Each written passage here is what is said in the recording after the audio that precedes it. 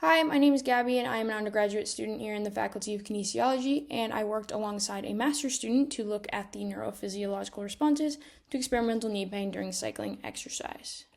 And so, to dive into some background as to why we did this study, we know that pain perception begins in the periphery. These signals are then sent up to the brain, integrated with other sensory inputs, then a subsequent signal is sent down to evoke a motor response.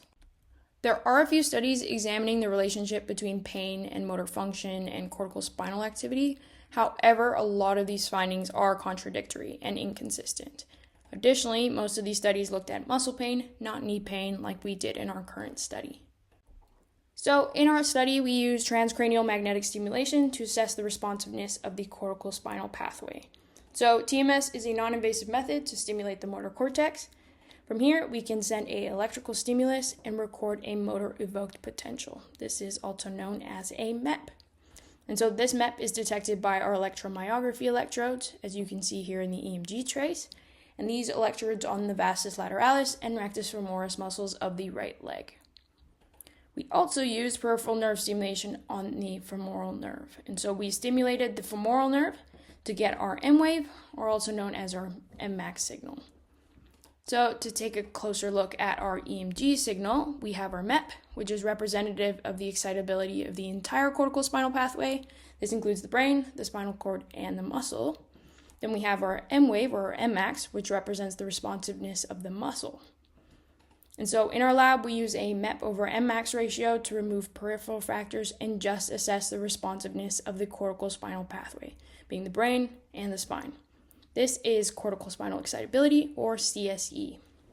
Additionally, we have the silent period, which is the period after the MEP and the M wave signal, where there's no EMG signal present, so they are circled here in red.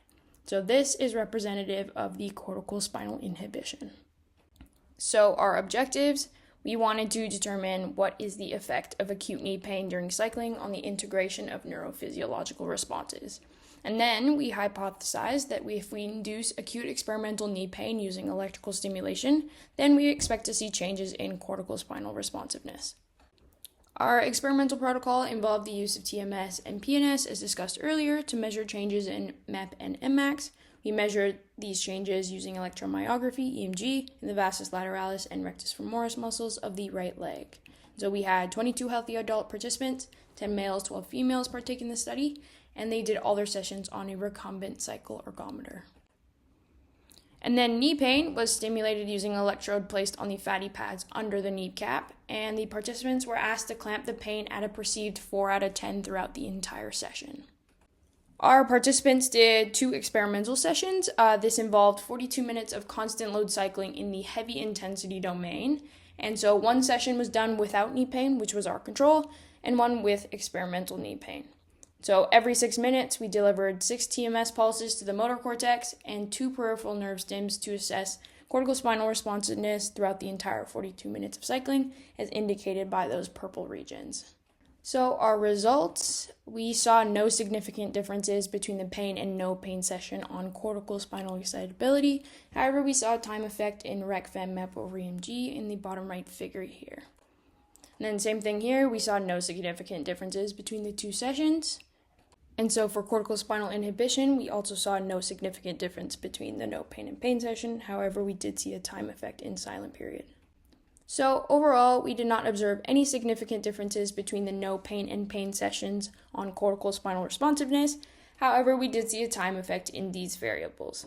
And so one possible explanation as to why we didn't see a difference between the 2 conditions is that exercise at a heavy intensity elicits such a large physiological response, and it could have potentially overshadowed any effects that pain may have had on corticospinal responsiveness.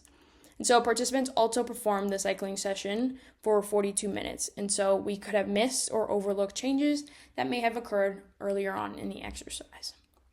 It is also possible that we did not measure variables that show changes with pain. And so, overall, future research needs to be done to elucidate the effect of pain on exercise, particularly at different exercise intensities, and do so to better inform our knowledge on the effects of pain on exercise and rehab for those experiencing knee pain. And so I would like to thank the participants who contributed to our study, the Faculty of Kinesiology, and the Exercise Neurophysiology Lab, as well as the master's student and the PI. So here are the references. Thank you for listening.